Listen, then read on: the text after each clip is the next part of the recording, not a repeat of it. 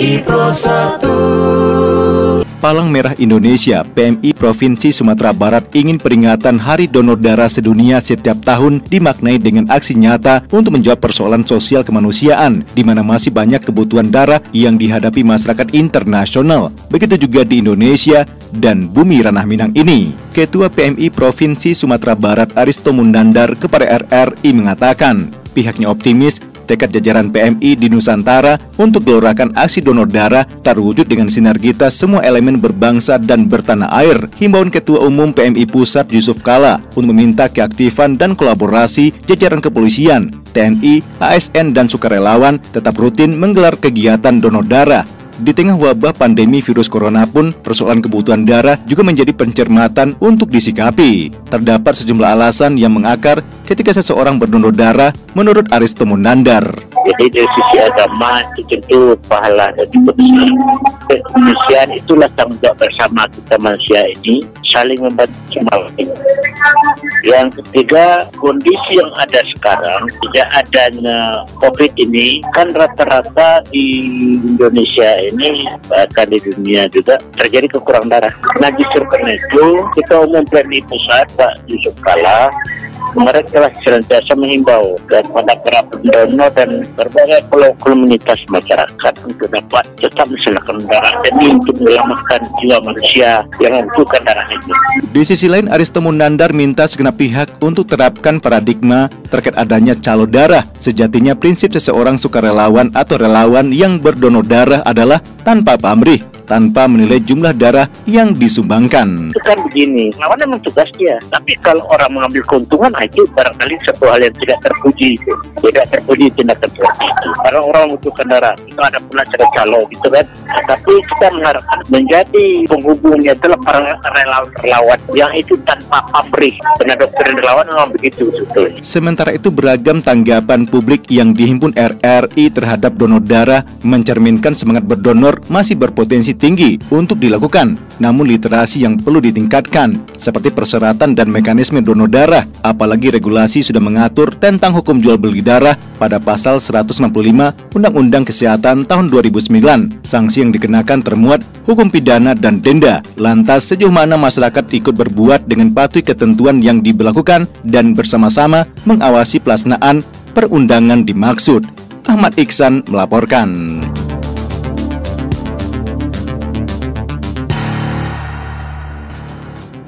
Setiap tanggal 14 Juni, negara-negara di seluruh penjuru dunia merayakan Hari Donor Darah, termasuk di tanah air. Momentum peringatan itu begitu dimaknai oleh salah seorang insan jurnalis media cetak yang tergabung pada Persatuan Wartawan Indonesia, PWI Kota Bukit Tinggi. Bapak berusia lebih 67 tahun ini bernama Zul Khalifah. Dirinya merupakan satu dari warga negara Indonesia yang telah mendonorkan darahnya secara sukarela hingga menembus angka lebih 100 kali dan mendapatkan pin emas Satya Lencana Kebaktian Sosial yang disematkan oleh Presiden Republik Indonesia Susilo Bambang Yudhoyono atau SBY pada akhir 2013 silam di Istana Negara Jakarta. Kisah inspiratif Pak Zul sapan akrabnya patut menjadi contoh yang baik bagi siapapun. Aktivitas rutin itu tidak didasari untuk mengejar reward semata, namun situasi membuat dirinya bertekad membantu salah seorang anggota keluarga yang membutuhkan transfusi darah pada tahun 1984 silam. Zul Khalifah merasakan manfaat besar terhadap peningkatan kesehatan dan daya tahan tubuh hingga rutin berdonor darah. Walaupun terdapat beragam alasan ketika seseorang ingin berdonor darah, bagi Pak Zul berbuat baik dengan niat kepada Sang Pencipta untuk sosial kemanusiaan tidak sulit. Darah yang didonorkan hanya sekantong, faedah lebih dari kuantitas tersebut. Sekarang udah masuk 68 tahun saya, kesehatan bisa diandalkan gitu. Belum pernah saya mendapatkan suatu yang spesialis penyakit yang terlalu berat gitu ya. Paling-paling kita masangin lah, namanya kita sering keluar malam, kita begadang, yang namanya kita di lapangan, itu aja. Penyakit lain dah. Ya demi untuk kesehatan, demi kemanusiaan itu aja apa pada intinya. Akhir 2013 Desember, tanggal kalau nggak salah hari pas hari PMI, ulang tahunnya PMI, masih Bapak SB, waktu itu presidennya, ketuanya masih tetap Pak JK ya. Kesehatan pertama ya. Disebutkan Zul Khalifah yang saat ini merupakan wartawan presisi hukum, memang ditemukan asumsi publik bahwa donor darah membuat seseorang menjadi gemuk. Sebenarnya yang perlu diluruskan adalah kualitas gemuknya. Jika dibarengi dengan aktivitas pendonor yang berusia muda melalui olahraga, tentu postur tubuh jauh lebih ideal. Terpenting, kesehatan adalah aset berharga. Kalau takut gemuk ya diimbangi gitu, seharusnya ada olahraganya. Kalau kita kan ada faktor umur yang berat-berat nggak bisa lagi gitu. Kalau masih anak muda ya wajar lah olahraga, itu aja kali, rutin olahraga kali, tidak ada masalah.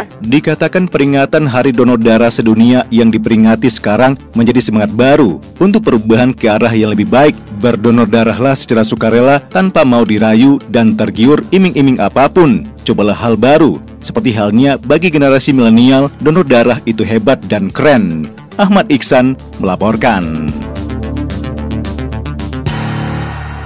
Baik pendengar dimanapun berada, untuk kali ini kami sudah bersama dengan Ketua PMI Kota Bukit Tinggi Bapak Haji Khairunas. Assalamualaikum warahmatullahi wabarakatuh Pak Khairunas. Waalaikumsalam warahmatullahi wabarakatuh. Pemirsa pendengar RRI yang setia, kami atas nama pengurus PMI Kota Bukit Tinggi menyampaikan mudah-mudahan kita sehat, selamat semuanya. Walaupun dalam kondisi begini, kita harus selamatkan kondisi kita masing-masing, juga tergantung masalah darah. Sama-sama kita ketahui Pak Haji, setiap tanggal 14 diperingati sebagai Hari Donor Sedunia. Nah, momentum itu sangat terasa sekali di tengah pandemi virus corona. Apa yang menjadi titik tolak dari PMI Kota Bukit Tinggi dengan momentum itu, Pak? Baik, Pak Dato. Sebenarnya memang 14 Juni itu jatuhnya Hari Donor Darah Sedunia. Itu dengan tema Save Blood, Save Life. Jadi darah yang aman, selamatkan jiwa. Jadi arahnya nanti bagaimana kita mengamankan darah ini, menyelamatkan orang lain. Tujuannya adalah kualitas darah yang dikeluarkan PMI itu harus baik, semuanya teruji dan harus terukur. Apakah selama penerapan PSBB sendiri, kemudian sudah menjadi rangkaian dari tatanan kehidupan baru,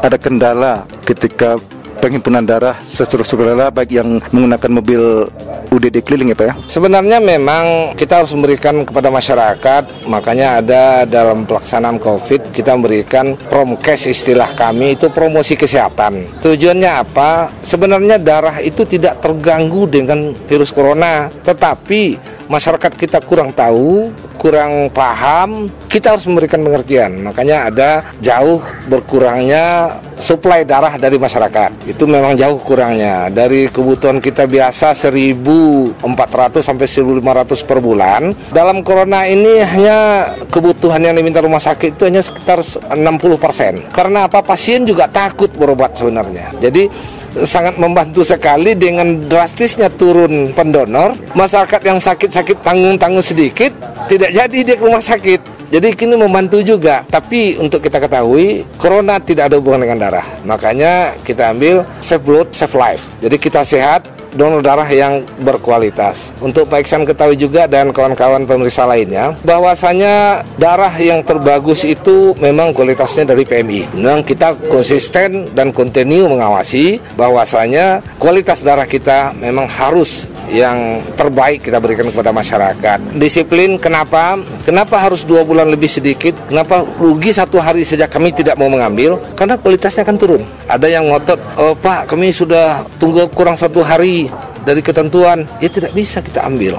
Kenapa tidak bisa kita ambil? Kualitasnya belum mencapai. Dan sistem yang ada pun di PMI, yang di UDD kita, tidak bisa. Misal dia harus donor tanggal 12, tanggal 11 dia mau keluar kota, dia mau bagaimana, donor ambil sekarang. Tidak bisa dimasukkan dalam komputer kita. Ini perlu kita beritahukan kepada masyarakat. Seperti kejadian kemarin ini mau Ramadan, dia jatuhnya 1 Ramadan dia donor. Tapi dia minta 1 hari sebelum Ramadan. Ini akan jadi bermasalah sebenarnya. Darahnya kita ambil cuma terbuang. Kita olah juga, itu kualitasnya jadi rendah. Kasihan kita pasien yang menerima. Jadi memang di sini perlu pemberitahuan kepada masyarakat bahwasanya satu, corona tidak ada hubungan dengan darah, dan juga kualitas pendonor sukarela pun harus kita disiplin waktu gitu kira-kira Pak. Apakah ada perubahan mekanisme waktu layanan donor darah selama PSBB dan juga tatanan kehidupan baru ini atau gimana Pak? Masalah dengan PSBB memang waktu PSBB dimulai saja keputusan dari provinsi, kita langsung stop kegiatan mobil unit kita. Karena apa? Waktu itu dari imbauan dari provinsi, PSBB dimulai, kita stay at home, jadi kita harus di rumah. Jadi kita jalankan pun itu mobil unit, pengunjung tidak ada, pendonor tidak ada. Jadi memang kita baru, kalau tanggal 14 besok kita baru sekitar 2 minggu ini, minggu pertamanya. Minggu pertama kita baru mulai melaksanakan ambil darah keliling dengan mobil unit kita. Kalaupun yang lain, kantor UDD kita itu tetap, mana yang donor ke markas silahkan, kita tetap ambil. Tetapi kalau mobil unit baru kita jalankan sekitar minggu ini baru. Pak, selama bulan Ramadan kemarin pun sudah di masa ya PSBB Pak. Ini gimana animo masyarakat atau pendonor sukarela yang akan menyumbangkan darahnya Pak? Baik Pak Ihsan, memang setiap bulan Ramadan itu drastis turun. Karena apa? Pelaksanaan Ramadan siangnya, malamnya memang beberapa yang pendonor tetap aja, yang sukarela tetap itu tetap menonor. Tambah lagi kita kena PSBB, jadi bertambah turun dia. Kondisinya sekitar kebutuhan kemarin itu sekitar 500 sampai 600 kantong cuman. Alhamdulillah tetap terpenuhi. Itulah relawan-relawan kita berfungsi, jaringan data ada, dia hubungi, dia jemput, atau di by phone orang datang. Nah, jadi kekurangan darah kita coba by phone lagi pendonor kita. Alhamdulillah tetap berjalan. Cuman karena kondisinya Ramadan, PSBB juga, kita hanya mengambilnya pada malam hari saja. Siang hari kita tidak memaksakan donor karena akan menyangkut dengan kondisi kesehatan pendonor sendiri. Baik Pak, karena sudah berbincang dengan RRI kali ini, Assalamualaikum warahmatullahi wabarakatuh Pak. Waalaikumsalam warahmatullahi wabarakatuh.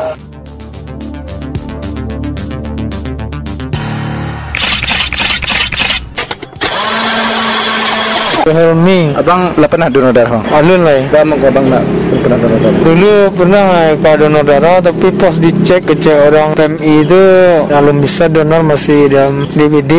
Ada keinginan abang donor darah? Ini juga kalau ada yang apa, namun tapi awak nak cek darah itu, darah entah golongan apa, tak boleh dan satu golongan darah B, pilih jali untuk cek darah dulu. Ini kebanyakan ada keluarga yang cek, enggak salah yang donor darah. Pribadi orang mendonor. Tidak ada, dia sukarela saja dengan hati ikhlasnya saja. Tidak ada terpaksa, tidak ada. Ini menolong orang ya? Menolong orang.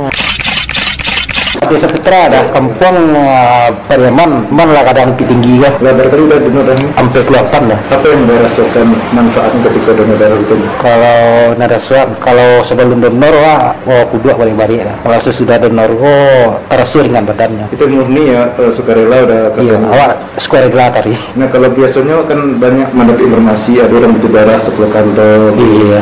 Udah bersedia nggak mungkin mendonorkan darah ketika ada yang butuh surat itu? Bersedia lah. Kami kan ada perkumpulan di Pasikan namanya Iwafil kan. Di sini lah perkumpulan tuh kalau ada orang tak darah, ada sini stok-stok darah lah. Pasikan tinggi. Apa yang sudah persiapkan ketika donor darah? Apakah harus makan kanyang-kanyang atau ada suplemen khusus seperti mungkin ketahui atau apa? Enggak ada. Kalau donor nya tergantung fisiknya. Kalau rancak fisik misalnya, kalau nak bertangga malam, insyaallah dapat donor. Rika Febrina di PMI memang sedang butuh darah golongan O. Golongan O kalau memang ada yang bisa transfusi, kami hubungi saja kami di nomor HP di 08 Sabali Hanamanam 03008. Yang dirawat kakak kandung di Rumah Sakit Amar Mutar. Yang dapat kini positif baru 2 kantong. Kami butuh 10 kantong. Kami dari Payakumbuh. Memang dirawat di Siko, Mama di Siko karena dokternya memang di Siko gitu. Di tengah pandemi Covid-19 memang susah dapatkan darah karena memang kondisi orang kan, karena menjaga imun tubuh orang kan takut untuk donor karena memang pasti menurunkan imun tubuh kan. Ya, bagaimana lah di share di mana-mana, di grup donor darah juga lah kami coba cari, di grup-grup alumni juga kami coba cari. Cuma kadang-kadang ada yang donor kondisi fitnya, kondisi tubuhnya yang tidak memungkinkan donor. Banyak kok yang menghubungi yang datang ke PMI, cuma ternyata kondisi tubuhnya yang tidak memungkinkan gitu.